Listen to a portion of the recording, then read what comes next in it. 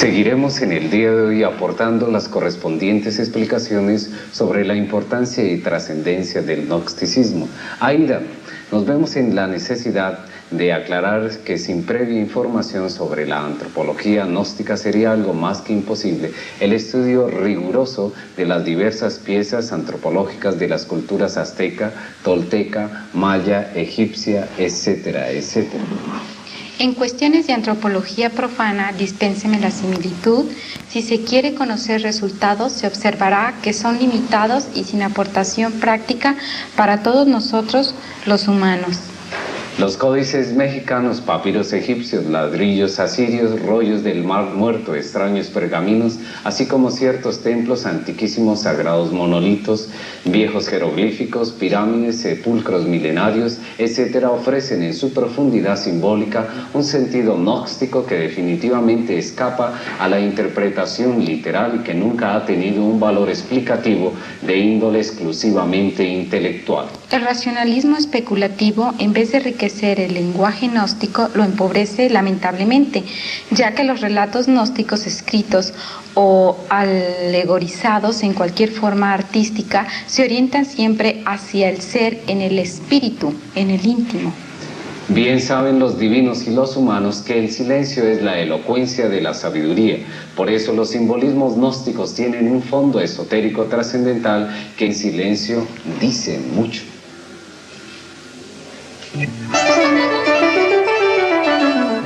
La cábala de predicción.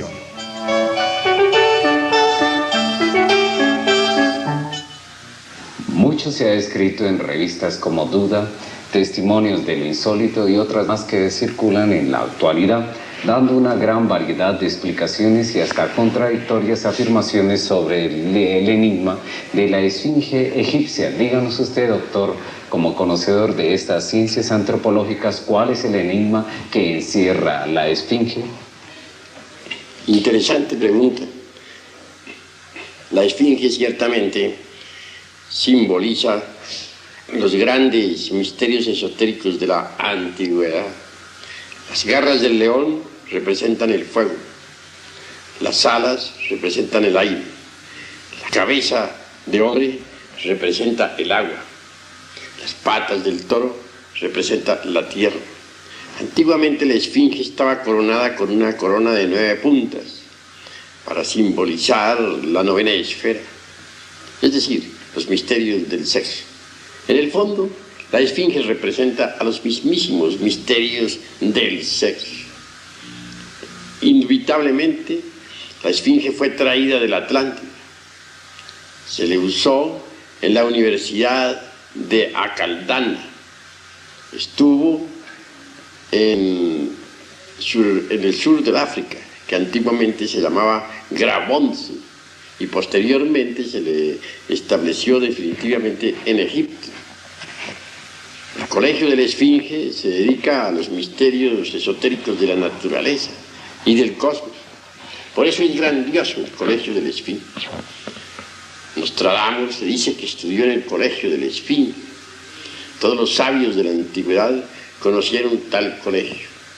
La Esfinge representa los poderes elementales de la naturaleza. Se nos ha dicho con gran acierto que la contraparte sutil o espiritual de esa esfinge que vemos allá en el Egipto es un deituso muy especial que en sí mismo contiene los secretos de la vida y de la muerte. Bajo la esfinge existe un templo secreto en el que están los 22 arcanos del tarot. La puerta de entrada, muy raros son los que la conocen. Bien vale la pena que estudiemos siempre los misterios de la esfinge. Ella permanece allá en el desierto, aguardando ser descifrada. En el fondo, la esfinge es el hombre mismo. Y esto es bastante interesante de por sí. La esfinge viene a indicarnos el sendero secreto que va a conducirnos inevitablemente hasta la liberación final. Develar el misterio de la esfinge, él lo indica, mas cuán pocos son los que develan tal misterio. Quien llegue a descubrir todos los misterios de la Esfinge se vuelve un sabio. Doctor, es cierto que los egipcios eran descendientes de los atlantes y que de ellos aprendieron los misterios como la cábala, etcétera, y que cuando vino el hundimiento, o sea, el diluvio, ellos transportaron la Esfinge a Egipto. Si eso sucedió, ¿cómo lo pudieron haber hecho? No, ciertamente, y en nombre de la verdad, tenemos que decir que la Esfinge viene del Atlántico. La sociedad de Acaldana era una sociedad de sabios. Tenía siempre frente a su edificio la Esfinge. Después de la sumersión del continente Atlante, entre las embravecidas olas del océano que lleva su nombre, la Esfinge fue llevada al sur del África, que entonces, repito, se llamaba continente de Grabontzi, y posteriormente se le colocó en Egipto. Pero debemos afirmar con gran énfasis que también existen en Egipto muchas esfinges. Recordemos nosotros la calle de esfinges que hace poco se descubrió. Frente a cada esfinge blanca se halló una esfinge negra.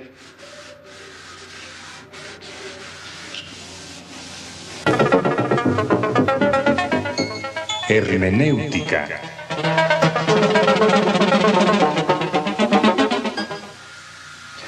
Doctor, ya que usted es el fundador y director de la Asociación Gnóstica de Estudios Antropológicos y Culturales, ¿qué nos puede decir acerca de Tlaloc y Tlaloca, fundadores de Tenochtitlan? Ciertamente nosotros los mexicanos tenemos aquí en nuestro país verdaderos portentos de sabiduría antigua.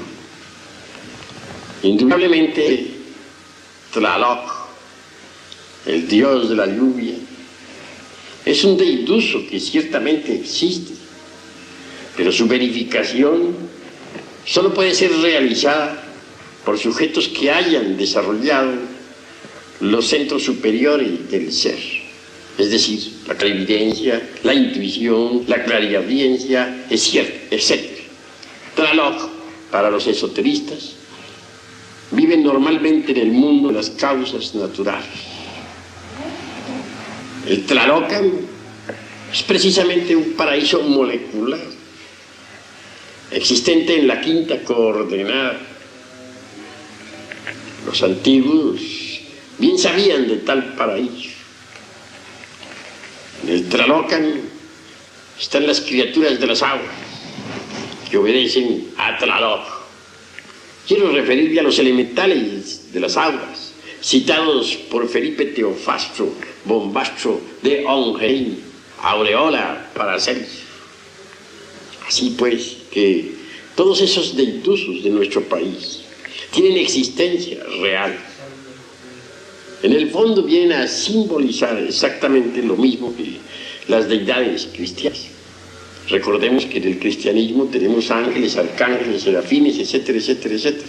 Así también nuestros antepasados tenían sus cortes angélicas.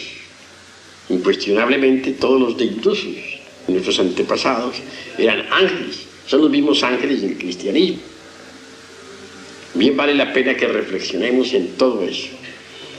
En cuanto a otros personajes, hay que reflexionar un poco. Quetzalcóatl, por ejemplo, es Cristo mexicano, un hombre que encarnó en sí mismo el verbo, la palabra, una viva representación del Dios interior profundo. Se nos habla también de la gran Tenochtitlán. Indubitablemente que Huitzilopochtli fue el fundador, el esotérico de la gran Tenochtitlán. Huitzilopochtli es como un arcángel para los antiguos. Y en cuanto a nosotros, los miembros de la Asociación Gnóstica de Estudios Antropológicos y Culturales, le seguimos en el fondo recordando con gran amor. Es decir, le rendimos culto en nuestro corazón.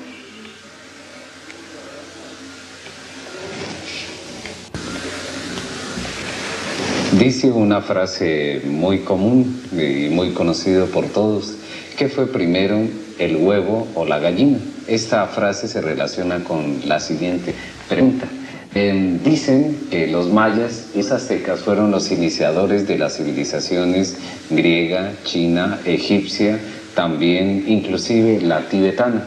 Si es este el caso, ¿es una realidad o es el caso contrario, que estas civilizaciones vinieron a formar las nuestras?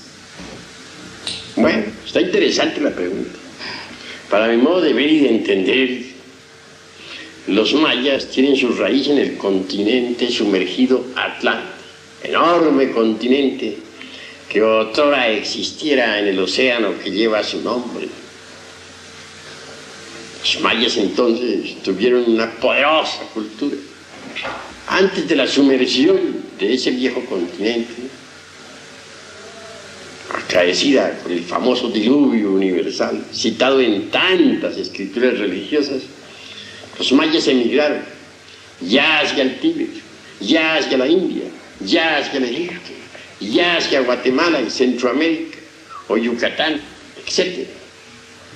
Así pues, los mayas fueron grandes civilizadores. No está de más recordar que algunas pirámides que actualmente existen en Egipto son de origen maya. Tampoco está de más recordar que aquellas palabras solemnes que el gran Kabir Jesús, el Cristo, pronunciara en el Gólgota, Elí, Elí, lama sabachthani, son mayas, traducidas exactamente al español por cualquier indito maya. Quieren decir: me oculto en la prealba de tu presencia. Jesús el gran Kabir aprendió el maya en el Tíbet. No debemos olvidar jamás que el naga maya tibetano tiene el mismo alfabeto. En el Tíbet se conoce el maya como el naga. Así que los mayas fueron siempre los grandes civilizadores y su origen es Atlante. Poseen una sapiencia única. Hoy por hoy la sabiduría de los mayas se encuentra en secreto. Se cultiva en el silencio de la noche. En un futuro, tal sabiduría será entregada a la humanidad. Indubitablemente, el continente Atlante tuvo poderosa civilización. Los mayas representan en el fondo a ese gran continente. La sapiencia de los mayas se ocultó entre los monasterios tibetanos o en las pirámides de Egipto o de Yucatán. Muy pocos son los seres humanos que han podido conocer tal sapiencia. Los mayas conocían la energía atómica, etcétera, etcétera, etcétera.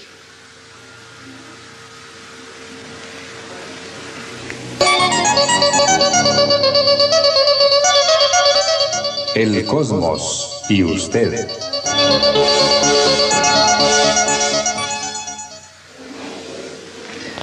El mundo, desde el punto de vista de la física, se envuelve fundamentalmente bajo la ley del 3, es decir, la fuerza negativa, la fuerza neutra y la fuerza positiva. ¿Tiene que ver esto con los fenómenos cósmicos, doctor Samael? Y otra pregunta, ¿existe otra ley cósmica más superior que la ley del 3? En realidad, la ley del 3 es fundamental. No debemos olvidar que el santo Triamatsikam, es decir, la ley del 3, se expresa en 3 formas: positiva, negativa y neutra. En el átomo existe la fuerza positiva, la negativa y también la neutra. Para que haya creación se necesita que las 3 fuerzas coincidan en un punto A. Lo contrario, la creación sería imposible. Así pues, la ley del 3 puede crear. Pero para que exista un cosmos organizado, se necesita la ley del eterno hepta paraparchinok, es decir, la ley del 7. El 3 crea, el 7 organiza. Más allá de las leyes del 3 y del 7, pues hay muchas otras leyes. En el fondo, la ley del 3 viene de la única ley, es la del Logos, creador. la del eterno Padre Cósmico común. Así que bien vale la pena comprender lo que es la ley del 3. Las gentes subestiman mucho la tercera ley, el santo conjugar, por la fuerza neutra. Y esa fuerza hay que aprenderla a manejar cuando se quiere neutralizar las influencias peligrosas. Las fuerzas positiva y negativa son maravillosas. Ellas se unen para crear, pero la tercera ley las concilia y entonces se realiza la creación. El hombre representa la fuerza positiva, la mujer la fuerza negativa. La tercera fuerza, la del Espíritu Santo, concilia a las dos y entonces se realiza una creación. Pero todo tiene que desenvolverse dentro de la ley del 7. Es decir, el 3 crea, el 7 organiza. Indubitablemente, la humanidad está muy lejos de saber cuál es el modus operandi de la ley fundamental 3. En todo caso, el Padre es el 1, el Hijo 2, el Espíritu Santo el 3. Son, como dicen las Sagradas Escrituras, 3 personas distintas y un solo Dios verdadero. Dios, en el fondo, es la única ley, pero para expresarse necesita derivarse en 3 aspectos que son creadores. El Santo Triamasicam indubitablemente jamás queda embotellado en los mundos, nunca. Empero puede crear y siempre crea. Conocemos perfectamente algunas de estas cosas. Me imagino que igual le sucede a los televidentes. Usted habló hace un momento sobre la ley de los 7. Existen 7 planetas, fundamentados en la frase de Hermes Trismegisto, lo que es arriba es abajo. ¿Cómo actúan estos 7 planetas sobre nosotros? Bueno, obviamente existen 7 planetas bien conocidos en la astronomía. Pero dentro de nuestros estudios esotéricos nos interesan más bien los planetas psicológicos. Tal como es arriba es abajo. El microcosmos es análogo al macrocosmos. En nosotros, en nuestro interior, en nuestra psiquis, tenemos la viva representación de los 7 planetas. Empero, existen transmutaciones metálicas durante el trabajo de autorrealización íntima del ser. El viejo de los siglos, Saturno, debe convertirse en el niño, la luna. El Júpiter tonante que llevamos dentro debe transformarse realmente en el Mercurio de los sabios, en la inteligencia, en la sapiencia. En cuanto al guerrero belicoso, Marte, debe convertirse en nosotros en el Venus del amor. En el fondo, en el centro, queda siempre el Sol, como dador de toda vida. Así pues, dentro de nosotros deben verificarse ciertas transmutaciones metálicas importantes en la alquimia.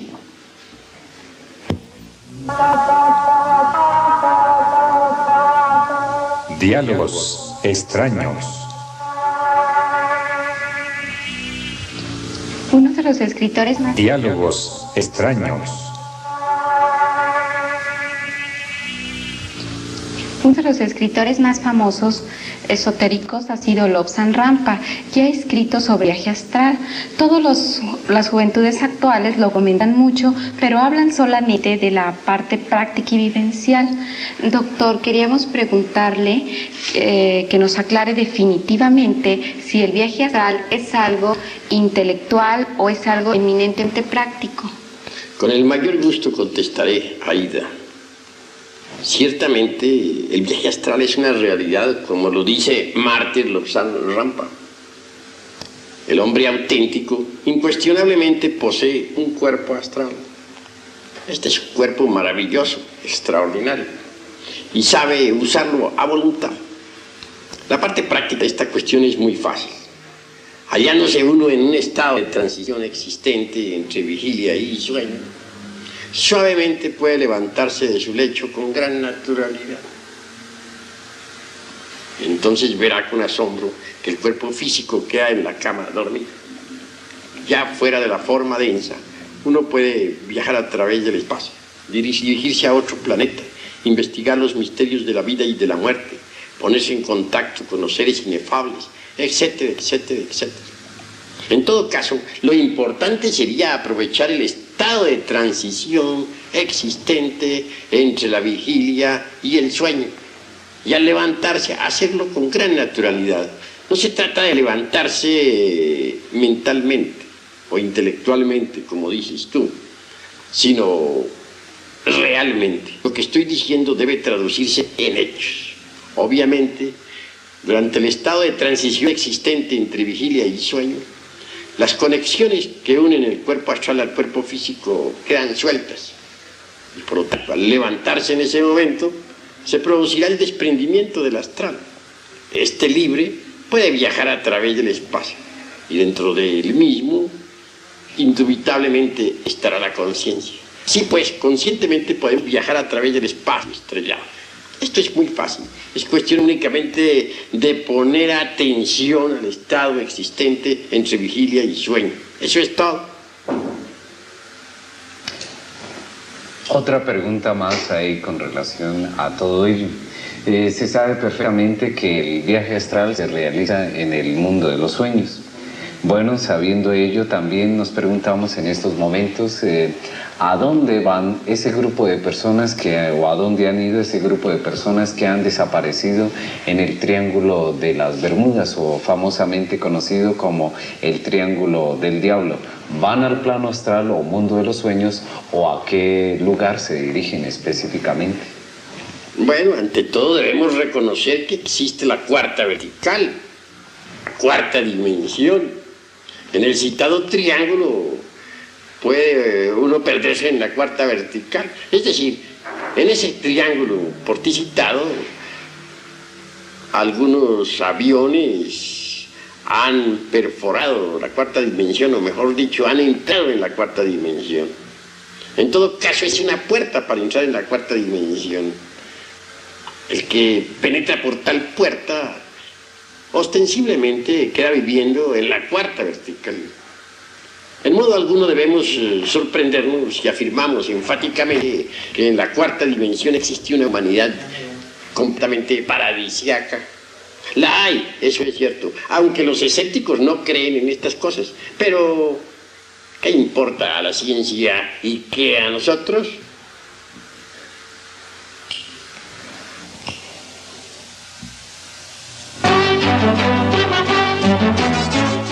Esoterismo.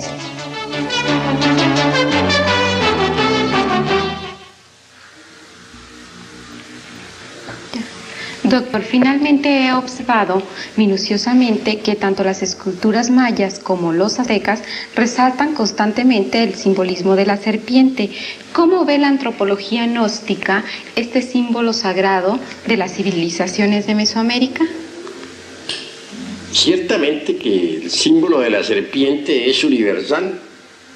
No está de más recordar que en el mismo Tíbet tenemos la serpiente emplumada.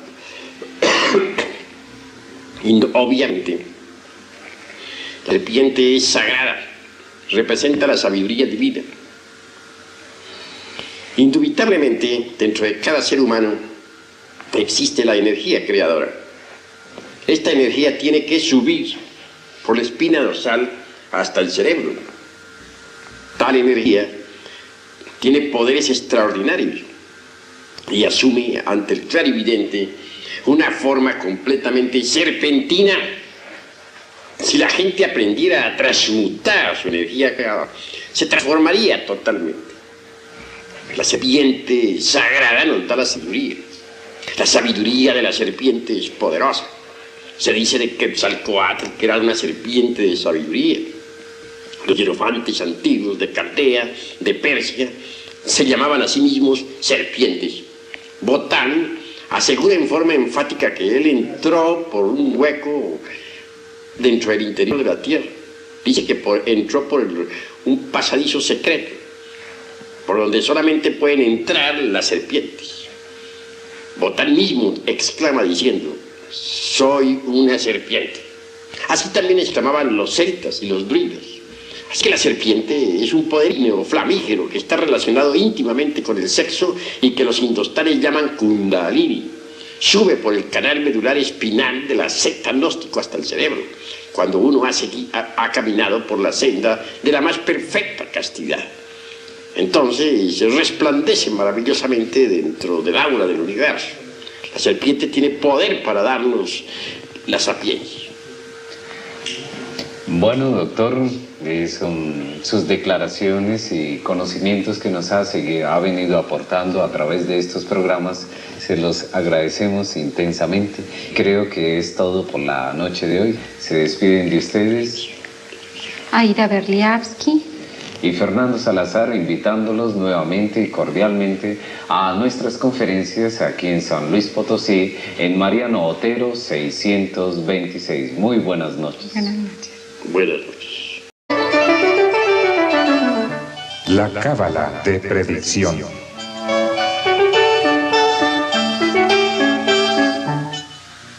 Mucho se ha escrito en revistas como Duda, Testimonios de lo Insólito y otras más que circulan en la actualidad, dando una gran variedad de explicaciones y hasta contradictorias afirmaciones sobre el enigma de la esfinge egipcia. Díganos usted, doctor, como conocedor de estas ciencias antropológicas, ¿cuál es el enigma que encierra la esfinge? Interesante pregunta. La esfinge ciertamente simboliza los grandes misterios esotéricos de la antigüedad. Las garras del león representan el fuego, las alas representan el aire. La esfinge se dedica a los misterios esotéricos de la naturaleza y del cosmos. Por eso es grandioso el colegio de la esfinge. Nostradamus se dice que estudió en el colegio de la esfinge. Todos los sabios de la antigüedad conocieron tal colegio. La esfinge representa los poderes elementales de la naturaleza. Se nos ha dicho con gran acierto que la contraparte sutil o espiritual de esa esfinge que vemos allá en el Egipto es un deituso muy especial que en sí mismo contiene los secretos de la vida y de la muerte. Bajo la esfinge existe un templo secreto en el que están los 22 arcanos del tarot. La puerta de entrada, la cabeza de hombre representa el agua, las patas del toro representan la tierra. Antiguamente la esfinge estaba coronada con una corona de 9 puntas para simbolizar la 9ª esfera, es decir, los misterios del sexo. En el fondo, la esfinge representa a los mismísimos misterios del sexo. Indubitablemente, la esfinge fue traída del Atlántico. Se le usó en la Universidad de Acaldana. Estuvo en el sur del África, que antiguamente se llamaba Grabonce, y posteriormente se le estableció definitivamente en Egipto. El colegio de la esfinge. Antiquísimos sagrados monolitos, viejos jeroglíficos, pirámides, sepulcros milenarios, etcétera, ofrecen en su profundidad simbólica un sentido gnóstico que definitivamente escapa a la interpretación literal y que nunca ha tenido un valor explicativo de índole exclusivamente intelectual. El racionalismo especulativo, en vez de enriquecer el lenguaje gnóstico, lo empobrece lamentablemente, ya que los relatos gnósticos escritos o alegorizados en cualquier forma artística se orientan siempre hacia el ser en el espíritu, en el íntimo. Bien saben los divinos y los humanos que el silencio es la elocuencia de la sabiduría. Por eso los simbolismos gnósticos tienen un fondo esotérico trascendental que en silencio dicen mucho.